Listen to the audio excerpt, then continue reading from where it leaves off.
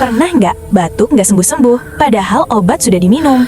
Ternyata ada buah segar yang sering diremehkan, tapi punya peran besar meredakan batuk. Nanas sudah lama digunakan sebagai obat alami di daerah tropis, termasuk Indonesia. Yang bikin nanas istimewa adalah enzim bernama bromelain. Enzim ini membantu mengencarkan lendir penyebab batuk. Uniknya, bromelain juga punya efek anti radang ringan. Batuk karena iritasi tenggorokan bisa terasa lebih ringan jika tubuh dibantu dengan asupan yang tepat.